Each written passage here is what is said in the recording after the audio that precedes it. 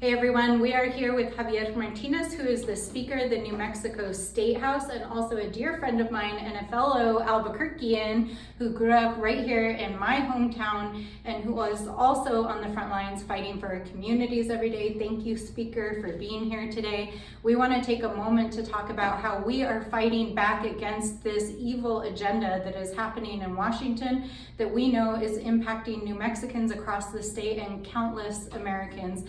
That includes this reconciliation bill that would gut Medicaid and Medicare and food assistance and education and put tax breaks for billionaires on the backs of our people. It includes fighting back against the devastating cuts to programs and to federal workers and to the people here in our communities that depend on those programs. And it's also standing up for the vulnerable communities that we know are being impacted by the fear and the tactics that this administration is taking.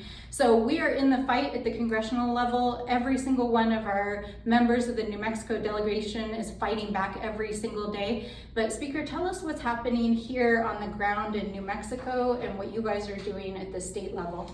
Thank you, Congresswoman. Always great to be with you, and thank you to the entire delegation for fighting the good fight on our behalf. As you know, New Mexicans, we're fighters. Mm-hmm. We don't give up easily. Yep. And we're also compassionate people. We love our neighbors. New Mexico has been preparing for this moment for a long time, not really knowing, obviously, that Trump was going to do all of these horrible things.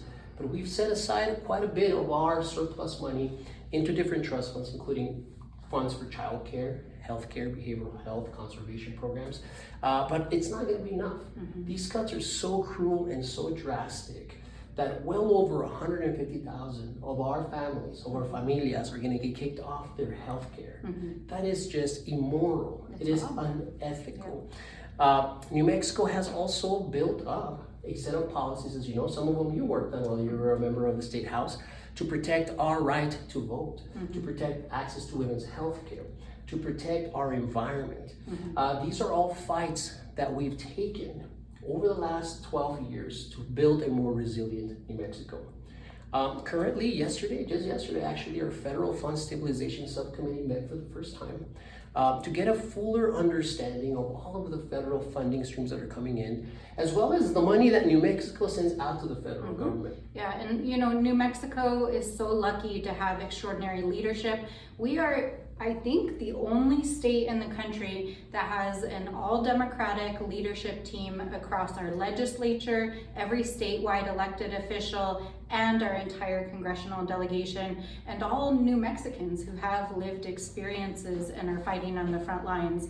So we need you, New Mexico. Stay in the fight, keep working, keep telling your stories. And Speaker, what do you want to say to the good people of New Mexico? La lucha sigue. Let's go, New Mexico.